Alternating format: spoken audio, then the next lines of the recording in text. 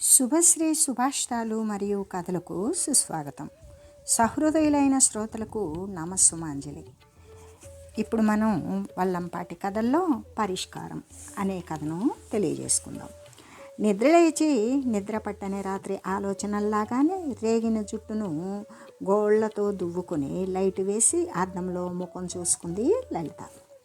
సుఖం లేని నిద్రలో ఎర్రగా ఉబ్బిన కళ్ళు, కళ్ళ కింద నల్లని చారికలు, బుగ్గల మీద నాజూకుతనం తగ్గిన చర్మం, నోటికి ఇరువైపులా గీత గీచినట్లున్న ముడతలు, గడ్డం కింద జారుతున్న గడ్డం.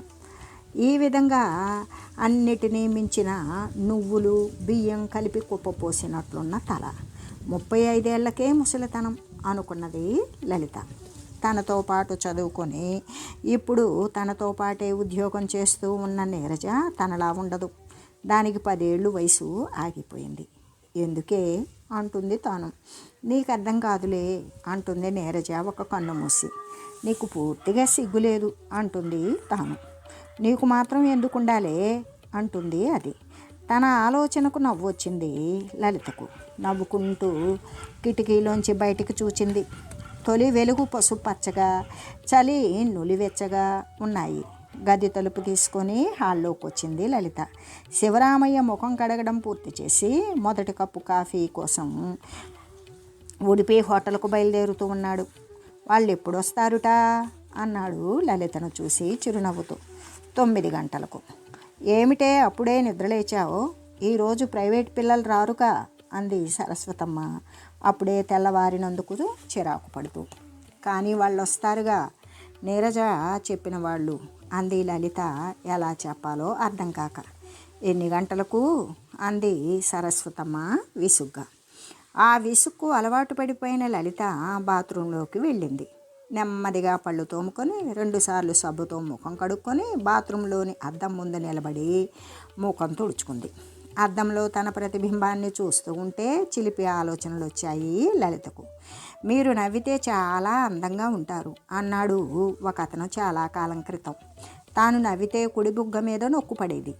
లలిత ఒకసారి అద్దంలో తన ప్రతిబింబాన్ని చూచి సాధ్యమైనంత చిలిపిగా నవ్వాలి అని ప్రయత్నించింది. బుగ్గ మీద సొట్టపడింది. కానీ అది 10 ఏళ్ల ముందున్నంత లోతుగా నాజుగ్గా ఆమెకే అనిపించలేదు. 35 ఏళ్లకే ముసలితనం అనుకుంది. శివరామయ్య కాఫీ తాగి పేపర్ కొనుక్కొని తిరిగి వచ్చాడు. లలిత బాత్రూంలో నుంచి బయటకు వచ్చేసరికి లైట్ క్రింద పేపర్ చదవడానికి సిద్ధపడుతున్నాడు. ఏమండి, 9 గంటలకు లలితను చూడడానికి వాళ్ళు వస్తారుగా అంది సరస్వతమ్మ. అవును వస్తారు. ఈ ఎన్టీ రామారావు రాజకీయాలు అలా పక్కన పెట్టి కాస్త వీలు చూసుకొని బజారుకు వెళ్ళొస్తారా? ఓ అలాగే. రవి నిద్ర లేచాడా? వాడికప్పుడే తెల్లవారదు. మీరే వెళ్ళిరండి అంది సరస్వతమ్మ తన మామూలు విసుగు పద్ధతిలో. అలాగే పేపర్ చూసి అన్నట్టు డబ్బు నేను ఇస్తానులే నాన్న అన్నది లలిత. అలాగేలేమ్మా అంటూ మళ్ళీ పత్రికలో మునిగిపోయాడు శివరామయ్య. 8 గంటలవుతుండగా రవి నిద్రలేవటము, నీరజ రావడము ఒకేసారి జరిగాయి. అప్పటికి శివరామయ్య వార్తాపత్రికలో వాతావరణం వివరాలు శ్రద్ధగా చూస్తూ ఉన్నాడు. మా వారు వాళ్లతో పాటు వస్తారు అంది నీరజ చుట్టూరా చూసి ఆశ్చర్యపోతూ. ఎవరి ముఖంలోనూ చింతాకంత ఉత్సాహం కూడా కనిపించలేదు. లలిత ముఖం కూడా ముడుచుకుపోయే ఉంది. ఏమిటే అందరి ముఖాలు ఇలా 7వసారి దివాలా తీసినట్లున్నాయి అన్నది. 7వసారి దివాలా తీసేవాడు కోటేశ్వరుడై ఉంటాడు. మాలాంటి వాళ్లకు మొదటిసారి చాలు నిరాశగా అన్నది లలిత. నీరజకు పరిస్థితి అర్థం కాలేదు. ఇదో ఇలాగా మాట్లాడావంటే నిన్ను ఒప్పుకోవద్దని వారి ఫ్రెండ్తో చెప్పమని మా వారితో చెప్తాను చిలిపిగా అంది నీరజ వాతావరణాన్ని కాస్త మార్చాలన్న ఉద్దేశంతో. కానీ వాతావరణం మారలేదు. లలిత నవ్వలేదు. నా రామచిలుక, ఏడుపు మొహం ఆడదాన్ని ఏ మగాడు మెచ్చడే. నవ్వవే నవ్వవే. అత్తయ్య గారు, మీ కూతురు చాలా నీరసంగా ఉంది. 1 డోసు మంచి కాఫీ పంపండి గట్టిగా అంది నీరజ. నీరజ లలిత గట్టిగా నవ్వారు. గదిలోకి వచ్చిన సరస్వతమ్మ మాత్రం నవ్వలేదు. ఇదో ఇలా చూడు, ఈ వస్తువులు తెప్పిస్తావా అంది ఒక పట్టీని లలిత చేతిలో పెడుతూ. పేపర్ చదువుకుంటున్న శివరామయ్య అప్పుడే పళ్ళు తోమాలా వద్దా అని ఆలోచిస్తున్న రవి ఒక్కసారిగా తాము వెళ్ళొస్తామన్నారు. ఒకరినొకరు అనుమానంగా చూసుకున్నారు. చివరికి రవే గెలిచాడు. సరే నువ్వే వెళ్ళిరారా అన్నాడు శివరామయ్య. లలిత ఇచ్చిన డబ్బులు అందుకొని రవి బజారుకు వెళ్ళాడు. శివరామయ్య మళ్ళీ పేపర్లోకి తలదూర్చాడు. ఇంత పొద్దెక్కినా ఇల్లు ఇంకా ఇలా ఉందేమిటి అన్నది నీరజ. ఎలా ఉంది? అప్పుడే చెప్పాగా. నీరజ కోపానికి లలితకు నవ్వొచ్చింది. నీరజ ఇల్లు సర్దడం ప్రారంభించింది. ఇంట్లో అందరూ చేతులు తుడిచిన కర్టెన్స్ తీసేసి ఉతికింది వేసి నడివీధిలో కాగితపు ముక్కల్లా పడి ఉన్న పాతగుడ్డల్ని మూటగట్టి దాచి పక్కింట్లో నుంచి 4 మంచి కుర్చీలు తీసుకొచ్చి వేసి వాటి ముందు ఒక టీపాయ్ లాంటి దాన్ని వేసి దాని ముందు మాసిన డోర్ కర్టెన్ను తిరగేసి పరిచి దాని మీద కాస్త శుభ్రంగా చిరిగిపోకుండా ఉన్న పుస్తకాలను ఉంచింది. పత్రికలోని చివరి వాక్యాలు కూడా చదవడం పూర్తి చేసిన శివరామయ్య హాల్లోకి వచ్చి చూసి ఇదేమిటి హాలు ఎంత శుభ్రంగా ఉంది అని ఆశ్చర్యంగా ముఖం పెట్టి వంటింట్లోకి వెళ్ళాడు. 9 గంటలు కావచ్చింది. నీరజ మళ్ళీ గదిలోకి వచ్చి లలితను పెళ్లి చూపులకు తయారు చేయడం ప్రారంభించింది. అది కాదే, కొంపలో 4 కుర్చీలు కూడా లేవు. నీ సంపాదనంతా ఏమవుతోంది అంది నీరజ కూర్చుంటూ. వంటింట్లోంచి నేతితో వేగుతున్న జీడిపప్పు వాసన గుబాలించడం ప్రారంభించింది. ఆ వాసన చూడవే, అదే నీకు జవాబు అంది లలిత. నీరజ లలితకు జడవేయసాగింది. ఏమిటో ఈ వయసులో పెళ్లి చూపులు అలంకరణలు విసుగ్గా అంది లలిత. నాటకాలు ఆడకే, లోపల నీకు ఇష్టంగా ఉందా లేదా? ఇష్టమేననుకో, మరి నోరు మూసుకో. ముఖంలోని ముసలితనం కప్పేయడానికి పౌడర్లు క్రీములు రాస్తున్నావు. ముగ్గు బుట్టలా ఉన్న ఈ తలనేం చేస్తావే అంది లలిత. నీ తల ముగ్గు బుట్టలా ఉందా? ఎవడే అన్నది? నల్లని ఆకాశంలో మెరుపులా అక్కడక్కడ ఓ తెల్ల వెంట్రుకుంది. ఇంతకు నీ తల నెరిసే వయసు వచ్చిందని ఎవరంటారే? లలిత చిన్నగా నవ్వింది. ఇదే ఈ పెళ్ళి కానీ వాళ్లతో వచ్చిన తంట. రాకముందే తమకు ముసలితనం వచ్చేసింది అనుకుంటారు. మేమలా కాదు, వయసు వచ్చినా రాలేదనుకుంటాం అంది నీరజ. ఎందుకు? నవ్వుతూ అడిగింది లలిత. షటప్, అప్పుడే మతి చెడగొట్టుకోకు. అది కాదు, ఆయనేం 16 ఏళ్ల బాలాకుమారుడు కాడుగా. నీకు జుట్టు నేరిస్తే ఆయనకు రాలిపోయింది అంతే తేడా. గంతకు దొగ్గ బొంత అంది లలిత. ఇద్దరూ బిక్కరగా నవ్వారు. నవ్వులు ఆగకముందే శివరామయ్య లోపలికి వచ్చాడు. విభూతి రేఖల మీద ఎర్రగా వెలిగిపోతున్న కుంకుమను సర్దుకుంటూ. వాళ్ళు వచ్చే వేళ అయింది, అంతా రెడీయే కదమ్మా అన్నాడు. రెడీ అంది నీరజ. లల్లి, నువ్వు త్వరగా తెములు, టిఫిన్ పూర్తయిందో లేదో చూడు. లలిత వంటింట్లోకి వెళ్ళింది. ఈ స్త్రీ పంచ నలిగిపోకుండా జాగ్రత్త పడుతూ శివరామయ్య కుర్చీలో కూర్చున్నారు. బాబాయ్ గారు. ఏమిటమ్మా అన్నాడు శివరామయ్య. లల్లి పెళ్ళి కుదిరేలాగా ఉందనుకోండి, ఏం చేయాలనుకుంటున్నారు అంటే, వెంకటేశ్వర్లు గారు మంచి ఉద్యోగంలో ఉన్నారు, కష్ట సుఖాలు తెలిసినవారు, కట్నం ఆశించనని మా వారితో చెప్పారట కూడా.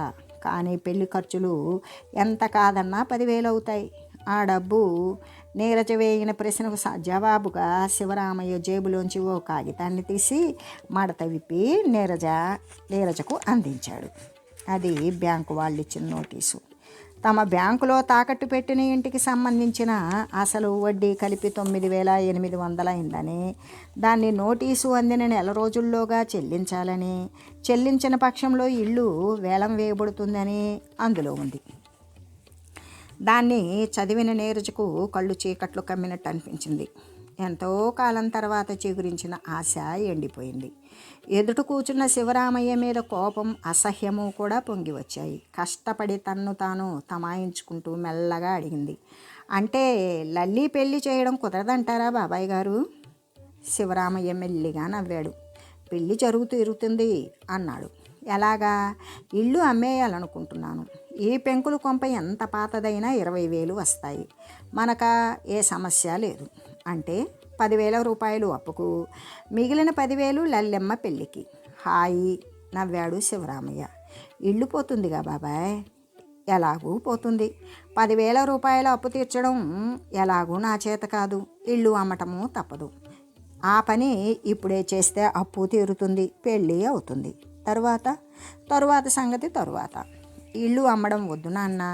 అంతవరకు బయట ఉన్న లలిత లోపలికి వస్తూ అన్నది.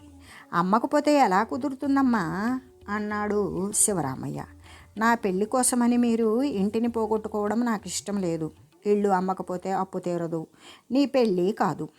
అప్పు సంగతి తర్వాత ఆలోచిద్దాం. పెళ్ళిని గురించి మీరు బాధపడకండి. తల ఉంచుకొని కాస్త సిగ్గుగా అంది లలిత. అంటే ఆశ్చర్యంగా అన్నాడు శివరామయ్య. నా దగ్గర పెళ్ళికి సరిపోయే డబ్బు ఉంది. తన చెవుల్ని తనే నమ్మలేకపోయాడు శివరామయ్య. అంటే అన్నాడు మళ్ళీ ఏమనాలో తోచక. 7-8 ఏళ్లుగా కొంచెం కొంచెంగా డబ్బు దాచుకుంటూ వచ్చాను. అది దాదాపు 10,000 అయింది అంది లలిత తప్పు చేసిన దానిలా. 10,000? అవునన్నట్టుగా తొలగిపోయింది లలిత. శివరామయ్య కనుబొమలు ముడిపడి మళ్ళీ విచ్చుకున్నాయి. క్షణం తరువాత సంతృప్తిగా నవ్వాడు శివరామయ్య. అలాగైతే నాకు ఇంకేం కావాలి? చూసావా నీరజమ్మ, మా లెల్లెమ్మ తన పెళ్ళికి అన్ని ఏర్పాట్లు తానే చేసుకుంది. నా బాధ్యత ఎంత తగ్గించిందో చూడు. ఇక సంబంధం కుదరడమే తరువాయి. శివరామయ్య లేచాడు. బాబాయ్ గారు, ఒక మాట. ఏమిటమ్మా? పెళ్లి సంగతి ఎలాగో సర్దుకుంటుందనుకోండి, మరి ఇంటి సంగతి? శివరామయ్య గట్టిగా నవ్వాడు. నీరజ, లలిత ఒకరు ముఖం ఒకరు చూసుకున్నారు. ముందు పెళ్ళి, తర్వాత ఇంటి విషయం. అలాగంటే ఎలా నాన్న? ఇంటి విషయం కూడా ఆలోచించాలి అంది లలిత. ఆలోచించాల్సిందే, కానీ మన దగ్గర 20,000 లేవు కదా. ఉంది 10,000. శివరామయ్య ముఖం చిత్రంగా ముడుచుకుంది. సరస్వతమ్మ గదిలో నుండి వచ్చింది. ఏమండి, అందరూ నన్ను వేధించుకు తినేవాళ్ళే. ఆ రవిగాడిని ఇంట్లో ఉండవా అంటే వెళ్ళిపోతున్నాడు చూడండి అంది. రవి టిఫిన్ తిన్నాడా? శివరామయ్య అడిగాడు. తిన్నాడు. అలాగైతే వెళ్ళని. వాడు ఉండి ఇక్కడ ఏం చేయాలి? ఇక్కడ నా కర్మ. మళ్ళీ వంటింట్లోకి నడిచింది సరస్వతమ్మ. శివరామయ్య భార్యను అనుసరించాడు. నీరజ వాళ్ళ వెనకే వెళ్ళి తలుపు మూసింది. లలిత అలాగే తల ఉంచుకొని నిలబడి ఉంది. ఏయ్ రాస్కెల్, ఇలారా అంది నీరజ. లలిత ముందుకొచ్చింది. నీరజ అకస్మాత్తుగా లలితను గట్టిగా కౌగిలించుకొని ముద్దు పెట్టుకుంది. ఛీ, నీకు సిగ్గు లేదే అంది లలిత బూక దుడుచుకుంటూ. నీకు మాత్రం ఉందేమిటి? అవును, నాకు నిజంగానే సిగ్గు లేదు. ఉంటే నా పెళ్ళికి దొంగతనంగా అంత డబ్బు దాచుకునేదాన్ని కాదు. లలిత కళ్ళ నిండా నీళ్లు నిండాయి. నేను ఆ ఉద్దేశంతో అనలేదు లల్లి. అదేమిటే ఇప్పుడు కళ్ళనీళ్ళు పెట్టుకుంటావు? తప్పు కదూ. వాళ్ళు వచ్చే వేళ అయింది. కళ్ళు తుడుచుకో. ఇలా నా ముందు కూర్చో. నీ మేకప్. అది కాదు సరోజ, ఒక మాట సూటిగా చెప్పు. నేను చేసింది తప్పంటావా నీరజ? కాదు కాదు, మా ఇంటి పరిస్థితి చూస్తున్నావుగా. అలాంటప్పుడు చెప్పాగా, నువ్వు చేసింది తప్పు కాదు. నువ్వు సిగ్గుపడాల్సిన అవసరమూ లేదు. లలిత కళ్ళు తుడుస్తూ అన్నది నీరజ. నాన్నగారు ఏమనుకుంటారు? తాను చేయవలసిన పని నువ్వు చేసి తన బరువు తగ్గించావు అనుకుంటారు. రవి వాడేమనుకుంటే నీకేం? అమ్మ సాటి ఆడదానిగా మీ అమ్మ నిన్నెప్పుడూ అర్థం చేసుకుందే. లలిత జవాబు చెప్పలేదు. అంటే ఏమిటో తెలుసా? వివరించమంటావా? అక్కర్లేదు అంది లలిత నవ్వుతూ. వివరించడమే మంచిది. నిన్ను కాస్త రెచ్చగొట్టాల్సిన అవసరం కనిపిస్తోంది. మరీ ముఖ్యంగా పెళ్లి చూపులకు ముందు. ఇద్దరూ నవ్వుకున్నారు. ఇంటి ముందు స్కూటర్లు ఆగిన చప్పుడు కావడంతో నవ్వులు ఆగిపోయాయి. ఏయ్, వాళ్ళు వచ్చినట్లున్నారే అంది ఎగురి గంతులేస్తూ నీరజ. లలిత మనసులో సంతోషము, భయము ఉప్పెనగా పొంగి వచ్చాయి. రామకృష్ణ, వెంకటేశ్వర్లు లోపలికి వచ్చారు. రామకృష్ణ లోపలికి రాగానే చుట్టూరా చూసి కాస్త సంతృప్తిగా ముఖం పెట్టి కుర్చీ చూపించి కూర్చోండి అన్నాడు. వెంకటేశ్వర్లు చిరునవ్వుతో అందులో కూర్చున్నారు. పర్వాలేదు అనుకుంది కిటికీలోంచి తొంగి చూస్తున్న లలిత. వెంకటేశ్వర్లు బాగా ఒడ్డు పొడవు ఉన్నాడు. రంగు నలుపు మాత్రం కాదు. తెలివితేటలు, చురుకుదనం కనిపించే కళ్ళు, చెంపల మీద వెంట్రుకలు కాస్త తెల్లబడ్డాయి. నీకు అర్థం అక్కర్లేదు అంది నీరజ. అంటే ఆయన గారి బుర్ర చూడు ఎలా మెరిసిపోతుందో, దాన్ని చూచి బొట్టు పెట్టుకోవచ్చు. ఏదో గంతకు తగిన బొంత అంది లలిత. కాదు, ఈడు జోడు. ఇద్దరూ మళ్ళీ చిన్నగా నవ్వుకున్నారు. ఇతరులకు చరళాటంగా, లలితకు ప్రాణ సంకటంగా పెళ్లి చూపులు ముగిశాయి. పలహారాలు, కాఫీలు పూర్తయ్యాయి.